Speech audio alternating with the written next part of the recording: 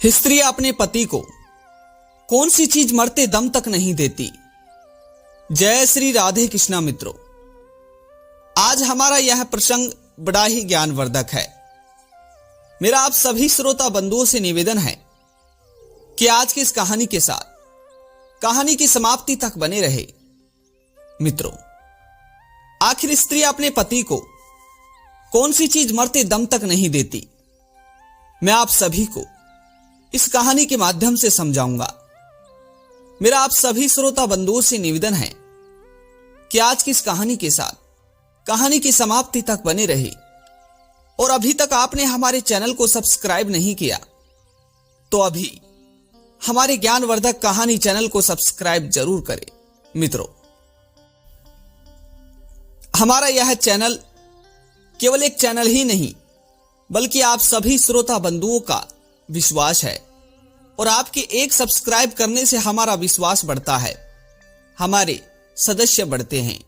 बंधुओं, आइए आप सभी का ज्यादा समय बर्बाद ना करते हुए आज की इस कहानी को शुरू करते हैं। दोस्तों, एक बार मित्रपुरी राज्य के राजा धर्मपाल के पुत्र राजकुमार का विवाह एक दूर के राज्य की एक राजकुमारी के साथ तय कर दिया जाता है। दोस्तों, जब उस राजकुमार का विवाह उस राजकुमारी के साथ तय हो जाता है तो पूरे राज्य में वह राजकुमार अपने विवाह की खुशी में मिठाइयां बंटवा देता है। पूरे राज्य में खुशियां ही खुशियां छाई हुई थी। दोस्तों, उधर राजकुमार के विवाह की तैयारियां हो रही थी। चारों तरफ मानो जैसे उजाला ही उजाला था। दोस्तों, अब इस तरह से एक दिन राजकुमार अपने कक्ष में सोया हुआ था। तभी राजकुमार को अपनी होने वाली धर्मपत्नी अपनी रानी को देखने की तलब हो उठी। अब राजकुमार सोचने लगा कि मुझे विवाह से पहले ही अपनी पत्नी को देखना है, अपनी रानी को देखना है, परंतु कैसे। दोस्तों, तभी राजकुमार बिना किसी को बताए अपने अस्तबल में जाता है और अपने अस्तबल में जाकर अपने सबसे प्रिय घोड़े एक अश्व को उठा लेता है और उस अश्व के ऊपर बैठकर जंगल के रास्ते जाने लगता है। दोस्तों, अब जैसे ही वह राजकुमार जंगल के रास्ते रास्ते जा रहा था तो अचानक से उसे जंगल के बीच में पहुंचते ही प्यास लगने लगती है। अब राजकुमार इधर उधर देखते हैं। वह सोचते हैं कि अगर मुझे कहीं भी पानी मिल जाए तो मेरी प्यास बुझ जाए और मेरा घोड़ा भी काफी देर से चलता आ रहा है, इसे भी प्यास लग रही होगी। दोस्तों, तभी राजकुमार इधर उधर अपनी गर्दन को फेरता है, परंतु राजकुमार को कहीं भी पानी नहीं मिलता है। उसके बाद राजकुमार थोड़े आगे चलने लगता है। थोड़े आगे चलकर एक कुटिया राजकुमार को दिखाई देती है। उस कुटिया के ठीक बगल में एक कुआं भी राजकुमार को दिखाई देता है। तो राजकुमार अपने घोड़े से उतरकर उस कुएं के पास जाता है और कुएं के पास जाकर कुएं में बाल्टी डालकर थोड़ा जल निकाल लेता है और उस जल को राजकुमार पी लेता है। दोस्तों, उधर राजकुमार जल को पी ही रहा था, उतने में उस कुटिया से एक बूढ़ी मां निकल कर आती हैं। वह बूढ़ी मां आते ही राजकुमार को देखती है और राजकुमार से कहती है, अरे पुत्र, यह तो तुमने बहुत बड़ा घोर अनर्थ किया है। तुमने इस कुएं से निकालकर पानी पिया है और यह तुमने अपने जीवन की सबसे बड़ी भूल की है। दोस्तों, तभी राजकुमार उस बुढ़िया से कहता है, हे मां, आखिर मैंने कौन सी भूल की है? मैंने तो अपने प्यास को बुझाने के लिए केवल पानी ही तो पिया है। दोस्तों, तभी वह बुढ़िया कहती है, पुत्र, खैर तुमने अपनी प्यास को बुझाने के लिए पानी तो पिया है, परंतु जिस पानी को तुमने ग्रहण किया है यह पानी एक श्रापित पानी है। यह जल पूरी तरह से श्रापित है। जो भी इस जल को पीता है वह रात्रि के 12 बजते ही एक आदि मानव में परिवर्तित हो जाता है। वह मनुष्य रात्रि के समय आदि मानव में बदल जाता है।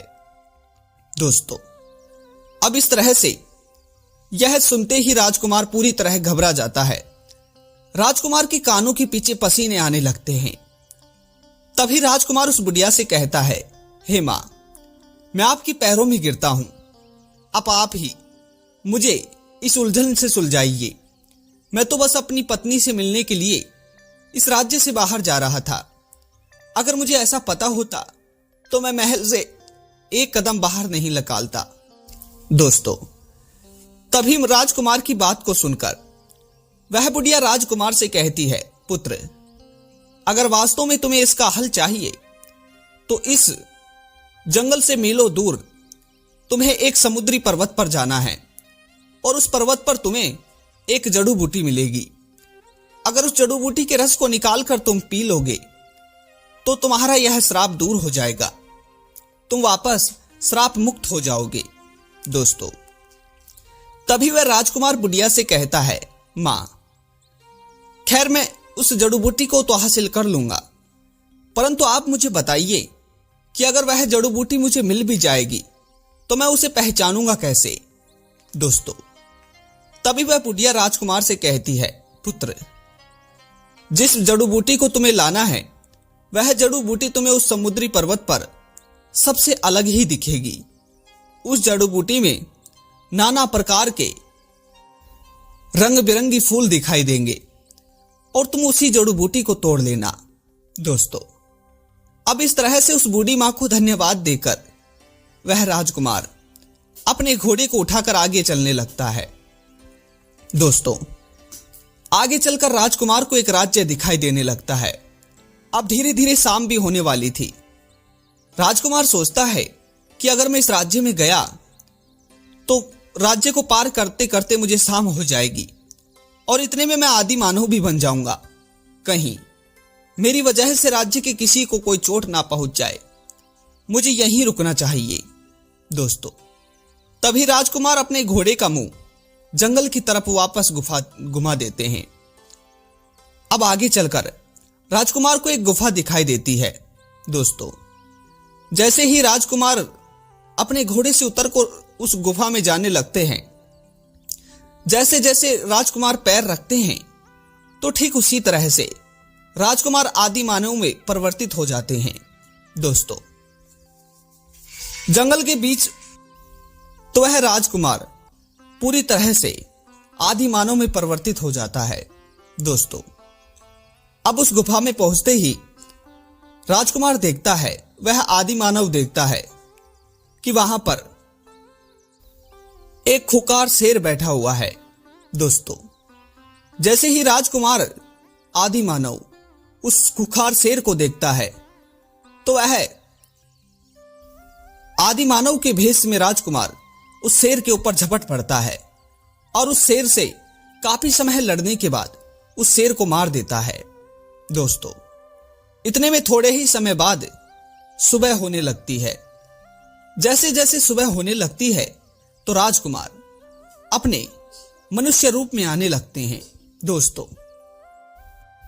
अब सुबह होते ही राजकुमार अपने घोड़े को उठाकर उस राज्य की तरफ चलने लगते हैं। राज्य के कुछ लोग राज्य की सीमा पर खड़े थे।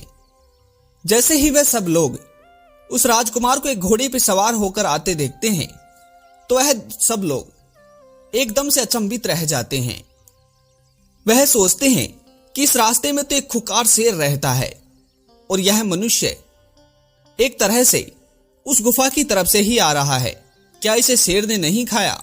दोस्तों, जैसे ही राजकुमार उन लोगों के पास होकर गुजर रहा था तो उन लोगों ने इसी बात को राजकुमार से पूछ लिया, भाई, अभी हमें तुम उस गुफा की तरफ से आते दिखाई पड़ते हो, तुम्हें पता है वहां पर एक खुंखार शेर रहता है, क्या तुम्हें उस शेर ने खाया नहीं? दोस्तों, तभी राजकुमार उन लोगों से कहता है, भाई, आज की बात तुम्हें उस शेर से डरने की कोई आवश्यकता नहीं है, क्योंकि उस शेर को मैंने मार दिया है। दोस्तों, ऐसा कहकर वह राजकुमार वहां से चला जाता है। अब राजकुमार के जाने के बाद वह राज्य के लोग उस शेर को देखने के लिए गुफा की तरफ जाते हैं। वहां जाकर वे देखते हैं कि वास्तव में शेर वहीं पर मरा पड़ा है। दोस्तों, यह देखकर राज्य के सभी लोग महाराज के पास जाते हैं और उस राज्य के राजा के पास जाकर राजा से कहते हैं, महाराज, अब हमें डरने की कोई आवश्यकता नहीं है, क्योंकि हमारे राज्य की सीमा पर जो गुफा में शेर था, अब उसे किसी एक महा और एक बलधारी पुरुष ने मार दिया है। दोस्तों, जैसे ही राजा इस खुशखबरी संदेश को सुनते हैं तो राजा उस राजकुमार को वहीं बुलाते हैं और राजकुमार को बुलाकर वह राजा राजकुमार को काफी सारे धन से घोषित करते हैं और राजकुमार को तोहफे के रूप में एक कालीन दे देते हैं और राजकुमार से कहते हैं कि अब तुम्हें जहां भी जाना हो तो तुम इस कालीन के ऊपर बैठकर और उड़कर जा सकते हो। दोस्तों, अब राजा के द्वारा दी गई उस कालीन को पाकर राजकुमार बेहद प्रसन्न थे।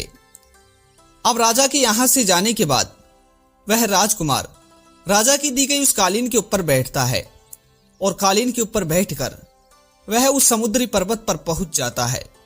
दोस्तों, समुद्री पर्वत पर पहुंचकर राजकुमार सबसे पहले उस जड़ी बूटी को हासिल करता है और जड़ी बूटी को लेकर अपने दोनों हाथों के बीच मसलकर उसकी 2 बूंद अपने मुंह में डाल लेता है।